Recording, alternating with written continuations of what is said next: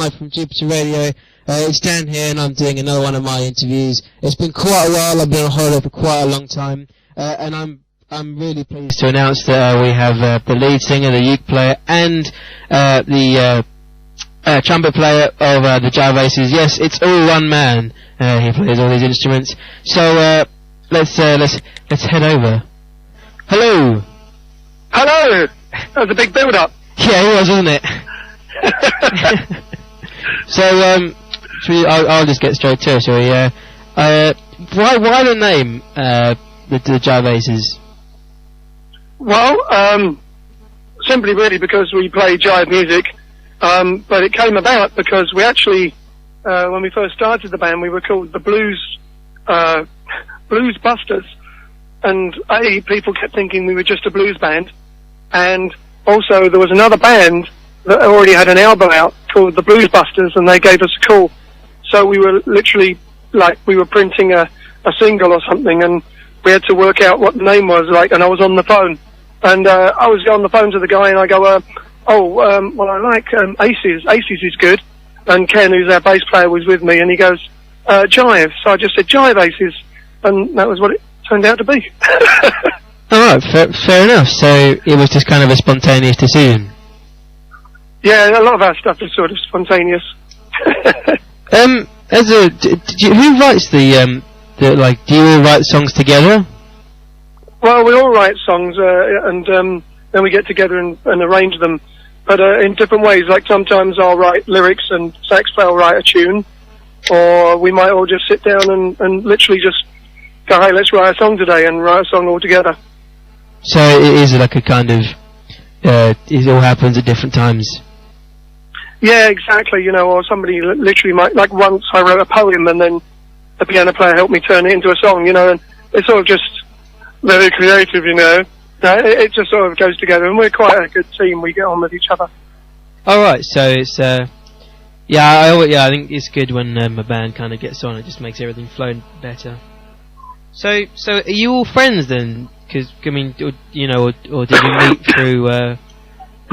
through like, gigging and stuff? Yeah, well, we sort of, me and the drummer were at school together, and after we left school, we met the saxophone player and the bass player at a club that plays our sort of music and everything. And as we started off sort of just dancing, jive dancing with their girlfriends at the time, and then thought, hey, let's start a band, and it's always just like that, really.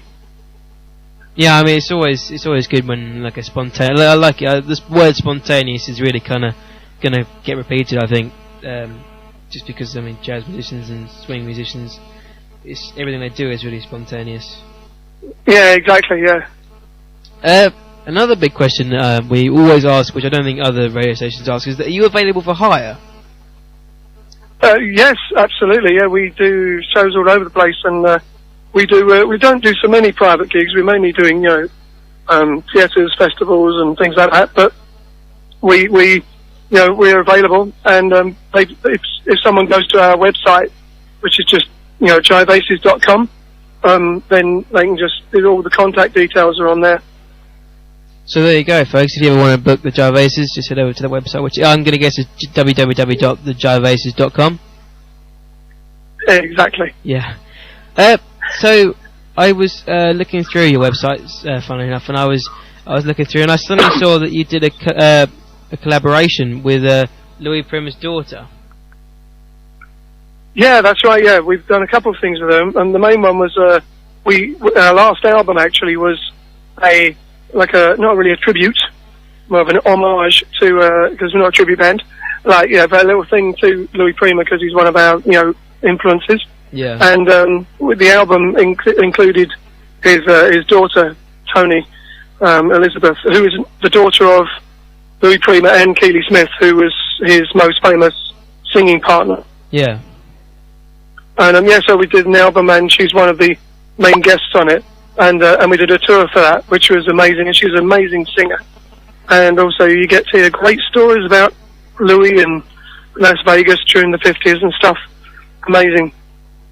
I mean, I can understand that it's. I bet it's great working with you know, someone that's only one step away from, I guess it would be one of your heroes, wouldn't it?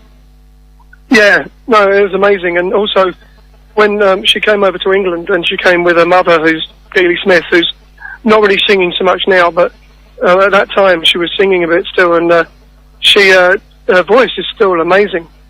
You know, it was really amazing. And so I actually got to, and also in America, I actually got to perform on stage with Keely Smith.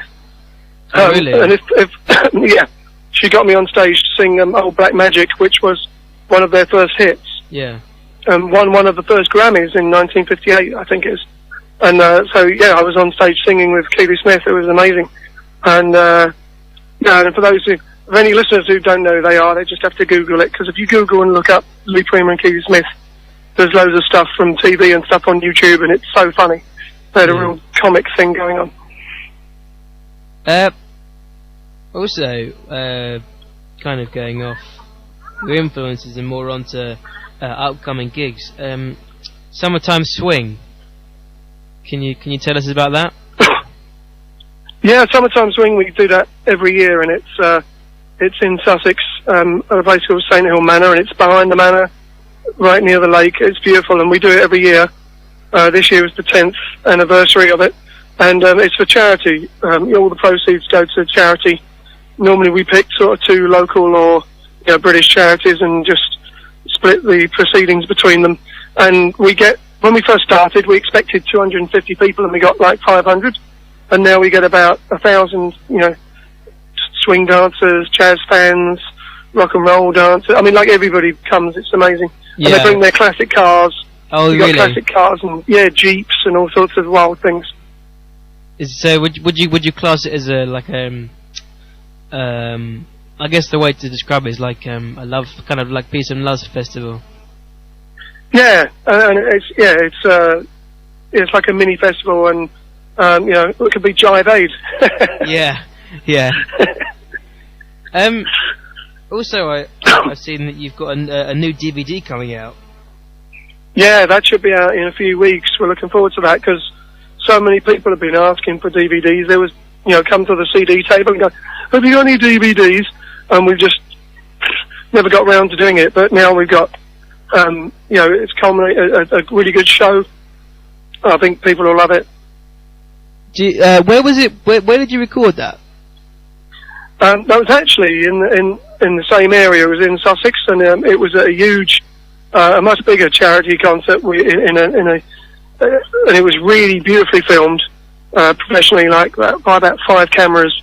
So yeah, that comes across really well. And it was on a big stage, so it looks almost like a TV set or something. Yeah, it's amazing. Yeah. Kind of going off the venue again. I'm kind of dying around the area, but what made you decide on the outfits? What, you mean the yellow suit? Yeah.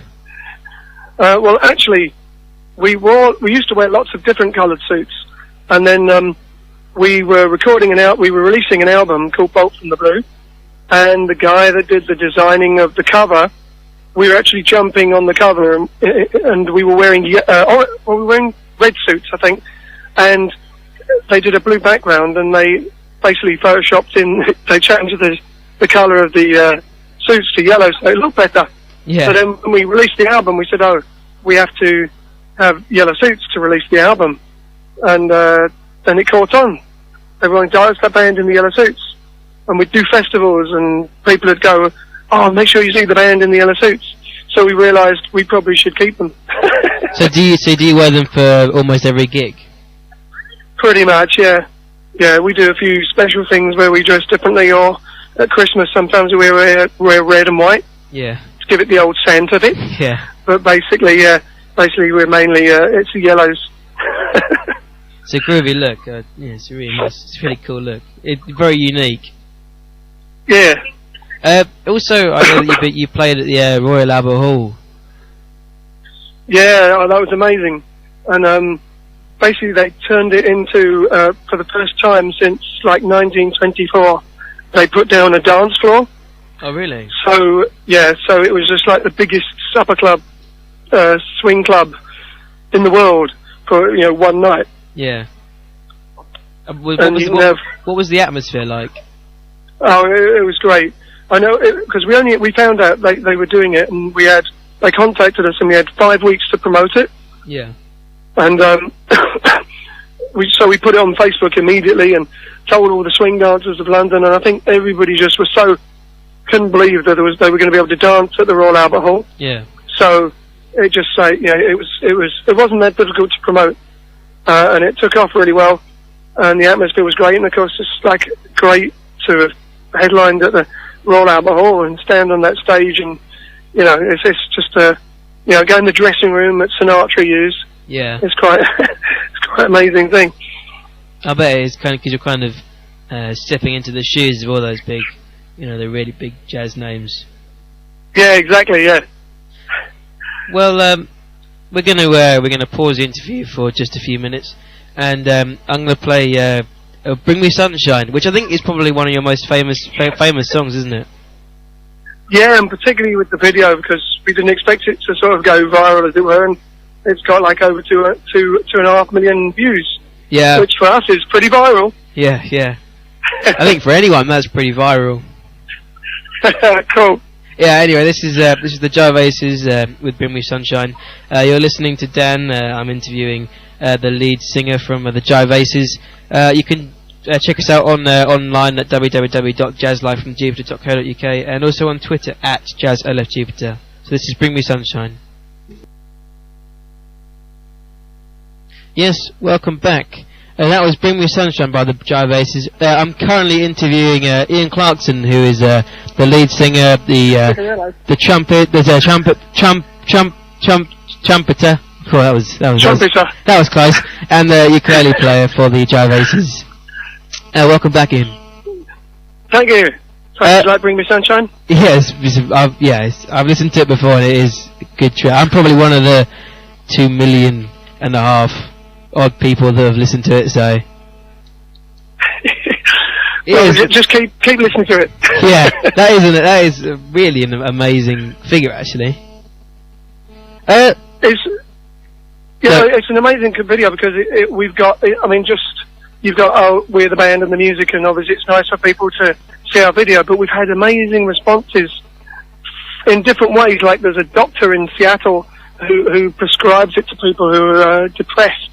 Oh, really? Like, yeah, and we found about it by mistake. We found it on a blog and then called them up to see if it was true. And he does. And then we've had different people. Like there was a priest in somewhere in Ohio or something in America who used it for his sermons. And then people send us these emails. It's like amazing. I was really depressed, and then I saw your video, and now I feel much better, sort of thing. Basically. Fair enough. Well, at least I guess it's one thing making people enjoy your music, but making people happy from it and curing stuff is, I guess, a major bonus for you. Exactly. Yeah. I mean, that's the great thing about this style of music. It is happy and upbeat, and it cheers people up. Yeah. Also, I've been told that you appeared on Britain's Got Talent, the semi-finals of Britain's Got Talent. Yeah, we did. Yeah, in the inner suits even. Yes. And we apparently we were the first actual live band with a drum kit and all that sort of thing to get through to the semi-finals. Oh, really? It's normally all backing tracks and stuff, and so it was quite good. And it was amazing, really amazing exposure. We were for 2 weeks. It was like being Peter Andre. Yeah. Well, later on, to close, I might play without the money. Yeah, yeah. Later on, I might play that clip from you of the semi-finals of Britain's Got Talent. I'm sure I'll be able to find it somewhere on the magical land of YouTube.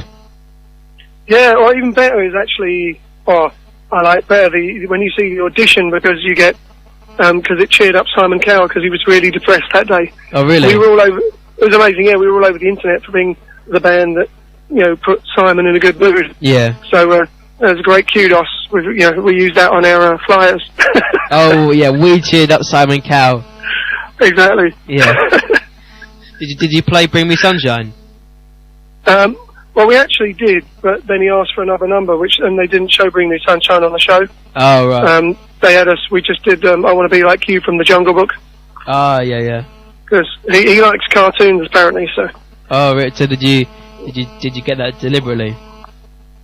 Well, we didn't really know that, but you have to choose 5 songs, and then they we did one, and then they go, oh, do us another one, but then they don't show that all on the box. So have you got to perform 5 songs then? No, we just did 2.5, I think. Oh, right. Fair enough. Because it's always very different to how they present it on the television show. Yeah, exactly. Yeah. No, when we were on the TV, it was you saw like just very small snippets compared to what they film. But yeah, no, it was great exposure. So how long have you been together as a band? Oh, that'd be telling, wouldn't it? That'd give away our age. Well, like I said, we started basically just after we left school, and I'm not sure. I don't even want to think about how long ago that was, but we've been in the same lineup, we've been in the same band as the Jive Aces for 18 years. Really? Yeah. Which is longer than the Beatles. Yeah. Not bad. No. Again, though, they made more money. Yeah. Are you going to put that on your flyer as well? You could put that one on there as well. Should be, yeah, together longer than the Beatles, longer than the Beatles, but they made more money. Yeah. You had to put that in. We had more fun. Yeah, you had to put that in brackets though. Yeah. How long have you been playing your well, I was going to say instrument, but instruments? Well, I started playing, I started sort of singing. I always sung when I was a kid, and used to annoy the family, or as I thought I was entertaining them. And then I actually played a bit of guitar when I was younger, and then for some reason I gave it up. And I got a trumpet, I think because every band already had a guitarist. Yeah. So a friend of mine was selling a trumpet, so I had to go, and he said, "Oh, you sound great," which was probably because that way he could sell it. Yeah. And so I brought the trumpet, and I started playing that, and I got more and more into jazz and swing and stuff. And then I've only been playing the ukulele about sort of 5 years, something like that. Oh, right. I got one for Christmas, and just before they became, became really huge. Yeah. And I had no idea that other people were playing it. I'd just seen one and I really liked it, and so I got given one for Christmas. Started playing it on stage, and people are coming up going, "Oh, great ukulele! I play ukulele," and I think that's one of the things that helped bring me Sunshine, go viral, was the interest in the ukulele at the time as well. Yeah. It does feature the famous yellow ukulele. Yes. Yeah, right. Yeah, at the beginning. Yeah. Oh, that's amazing. I mean, I was sitting, for instance, this happened loads of times, but I was sitting in a restaurant between Las Vegas and LA in the middle of the desert. Oh, really? And a family was sitting next to us, and the wife came over and said, "Excuse me, do you play ukulele?" And I said, "Yes." And she said, "Oh, my husband, he's a bit shy to come over, but he's a ukulele player. Are you in a video called Bring Me Sunshine?" I go, "Yeah, that's me." And they were they were from Canada, so it was quite random. Really? And they were sitting there as well. Wow. Yeah. So it's sort of gone all over the world. Yeah. So who would you say are your biggest inspirations? Well, I guess they sort of, I think in one way they start when you're young. So like I was, when I was a teenager, I was like into Elvis and rockabilly and stuff like that. And what I did is then I was interested in what the influences were of rockabilly and rock and roll, and I started buying blues albums, and then I sort of worked my way back. But so you had like, Louis Armstrong, trumpet player, Louis Prima, Louis Jordan. There's a lot of Louis there. Yeah. Actually, we did a song called Three Cats called Louis, about the three Louis, and sort of like the Trinity. Yeah. But they're great. So you got Louis Armstrong, the trumpet player. You got Louis Jordan, who did great jive stuff, and Louis Prima, and then also Cab Calloway. If you know him, he's like one of the most amazing showmen. Yeah. Oh, amazing. Didn't he do Minnie the Moaner? Yeah, Minnie the Moocher, which people have seen when he's old. He's in the Blues Brothers, not long before he died. Oh, really? Yeah, I mean, he does that. Yeah, but if you see his early clips, Oh, on YouTube, you can find them. See, when we were young, like when we were young and starting up, there wasn't YouTube, so we had to send off to America to find people who had these old clips. Yeah. And basically, that's how we got hold of them and saw them, and we sort of influenced ourselves and sort of, I guess, educated ourselves with all these old American videos. So that's how we learned. And a lot of people in England had never seen that sort of stuff. So when we suddenly come along in bright suits, jumping around and, you know, pencil moustaches and stuff and all that sort of thing. It's like my pencil moustache. Everyone was going, "Why have you got facial hair? No one has moustaches." Now everyone's growing big ones. Yeah. And you got Movember and everything. Oh, yeah. Mine pales into insignificance now. But I like the pencil moustache because it's a bit more, you know, suave. Yeah. So I'll only ask you one more question, and then I must play that clip from Britain's Got Talent, because I really want to see it. Actually, I don't think it'd be. So who was on the panel? Who was on the panel of Britain's Got Talent? Well, it was Simon Cowell, David Williams, and Alicia Dixon, because Amanda was having the baby at the time. Yeah. But then on the semi-final, Amanda was there. Yeah. And yeah, she wasn't so much into it. She said we could play her. She said we could play her birthday party or something. Oh, right. But we haven't got the gig yet. We're really? still waiting for the gig. Yeah. You need to hold her to that. Yeah. Yeah. The last question, I mean, is for kind of people that are writing music. So what advice would you give to people that are trying to write music and trying to break into the industry?